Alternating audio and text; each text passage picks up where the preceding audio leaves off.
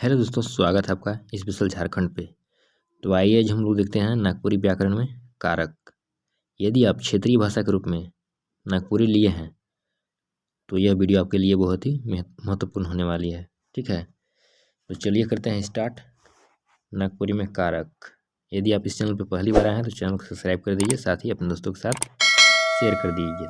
तो चलिए करते हैं स्टार्ट। कारक को देखते हैं कारक क्या है। ठीक है, तो आज हम लोग देखेंगे इसमें कारक। यदि आप प्रीवियस वीडियो नहीं देखे हैं तो डिस्क्रिप्शन में लिंक दिया गया है, आप वहां से जा करके प्रीवियस वीडियो को देख सकते हैं। ठीक है, तो आइए चलिए देखते हैं हम लोग इसकी परिभाषा। देखिए, परिभाषा में बोला गया है कि संज्ञा चाहे सर्वनाम कर जौन रूप से वाक्य कर दोईसर शब्द संगे संबंध पता चले उके कारक कहल जाएला। देखिए यहाँ पे क्या कह रहा है कि संज्ञा चाहे सर्वनाम कर जौन रूप, ठीक है, से वाक्य कर दोसर शब्द संगे संबंध पता चलता है। ठीक है, जैसे राम का श्याम से क्या संबंध है। ठीक है, इस तरह से, तो उसे क्या कहते हैं हम लोग, कारक कहते हैं। कारक मतलब होता है कि जिसमें एक चिन्ह होता है, ऐसा मतलब एक ऐसा वर्ड होता है जिसको जोड़ करके हम एक दूसरे से संबंध स्थापित कर सकते हैं। ठीक है, एक और इसका दिया गया है डिफिनीशन, आइए उसको भी देखते हैं क्या कहा गया है कि कारक उस संज्ञा चाहे सर्वनाम के कहल जाएला जेकर में क्रिया कर निष्पादन में कोनो योगदान होवेला चाहे क्रिया कर संगे संबंध होवेला। देखिए, फिर से वही बात कहा है कि कारक उस संज्ञा चाहे सर्वनाम को कहते हैं, मतलब उस संज्ञा चाहे सर्वनाम को कहते हैं जिसमें क्रिया का मतलब होना, ठीक है, होने में कोई योगदान होता है, चाहे क्रिया कर संज्ञा यानी क्रिया के साथ संबंध होता है। ठीक है, ये देखते हैं नेक्स्ट। अब बोल रहा है कि नागपुरियों में हिंदी लखे कारक होवेला, लेकिन क्या बोल रहा है कि नागपुरी में भी हिंदी के जैसा ही कारक होता है, लेकिन इसका प्रयोग और चिन्ह में कटिक फर्क भेटाएला। मतलब इसके चिन्ह में जो है ना कुछ फर्क भेटाता है, कुछ अंतर होता है इसमें। अब आइए देखते हैं इसमें क्या है। कहे के माने नागपुरियों में कई धाव कारक चिन्ह लोप हो जाला। मतलब नागपुरियों में कई बार जो है कारक चिन्ह क्या होता है, लोप हो जाता है। ठीक है, उसके बाद आइए देखते हैं कर्ता और कर्म कारक में ई बगरा भेटाएला। क्या कर रहा है, कर्ता और कर्म में ये ज़्यादा भेटाता है। ठीक है, लोप। कई ठो कारक चिन्ह बदल जाला, मतलब कई ठो कारक चिन्ह क्या होता है, बदल जाता है।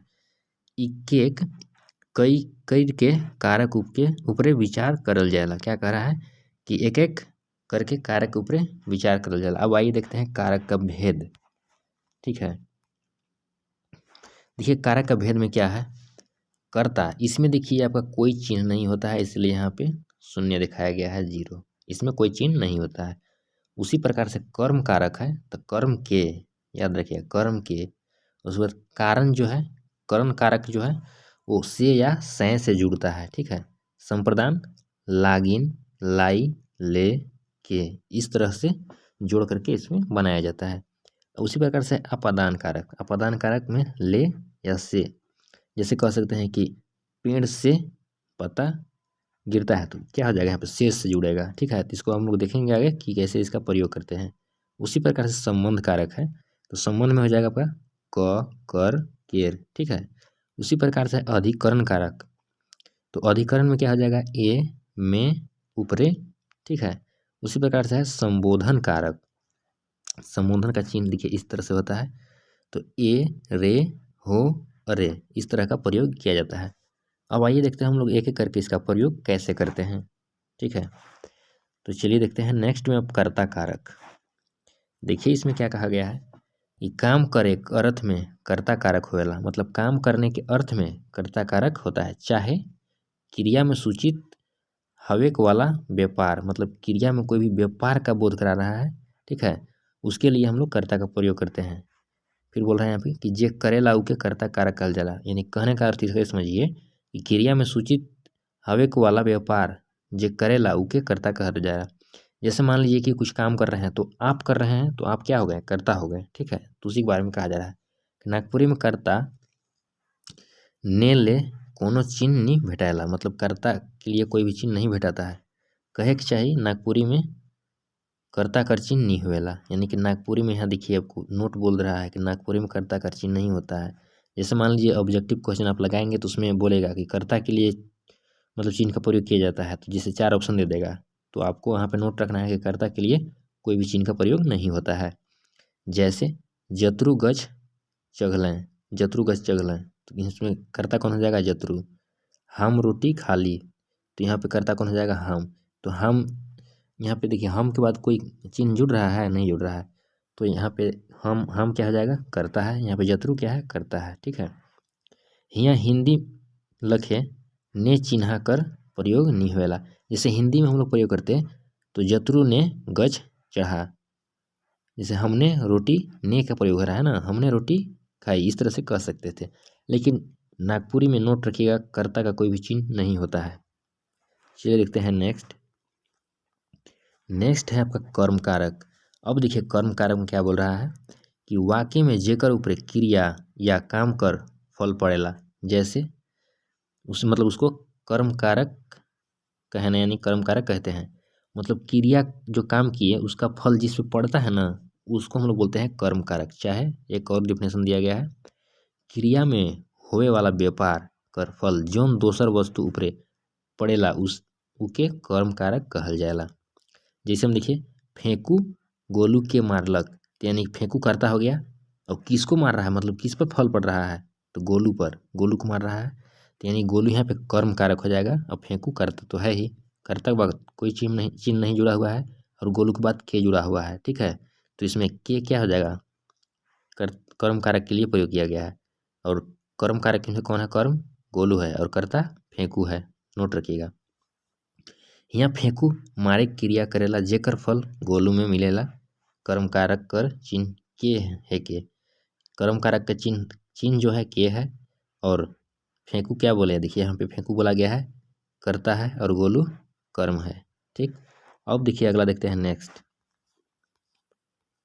करण कारक। देखिए करण कारक में क्या कहा गया है? वाक्य में जे शब्द काम पूरा करे में मदद करेला उके करण कारक कहेला। देखिए यहाँ पे क्या बोल रहा है कि वाक्य में जो शब्द है ना, वो काम को पूरा करने में मदद करता है। ठीक है, उससे करण कारक कहा जाता है।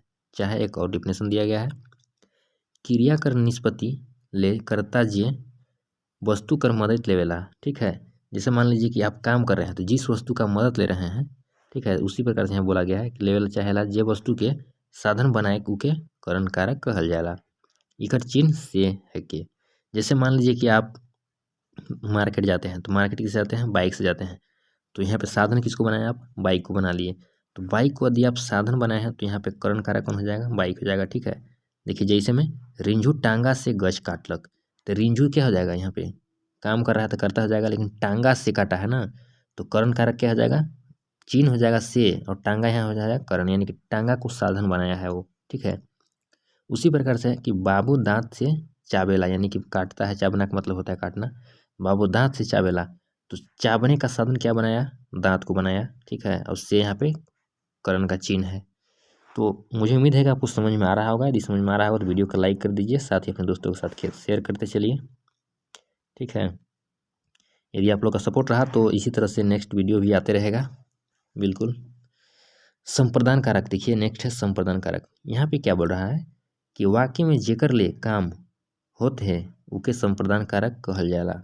मतलब जिसके लिए काम हो रहा है, ठीक है, वो यहाँ पे संप्रदान कारक हो जाएगा। अब इसके लिए चिन्ह क्या है प्रयोग होता है? के, या फिर ले, या फिर लागिन, या फिर लाई, या फिर खातिर।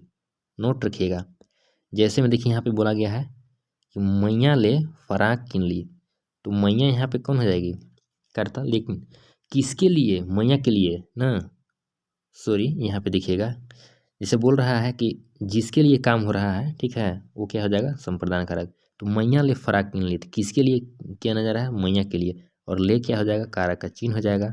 उसी प्रकार से तोर, तोर क्या हो जाएगा? संप्रदान। तोर लागिन क्या लिखा हुआ है? तोर लागिन जीव दे देबय देवब, मतलब तोर लागिन जीव दे दो, नहीं कहते हैं कि तुम्हारे लिए जान दे देंगे हिंदी में। उसी प्रकार से यहाँ भी है कि तोर लागिन जीव दे देवब, यानी कि लागिन जो है ना यहाँ पे, ये क्या है?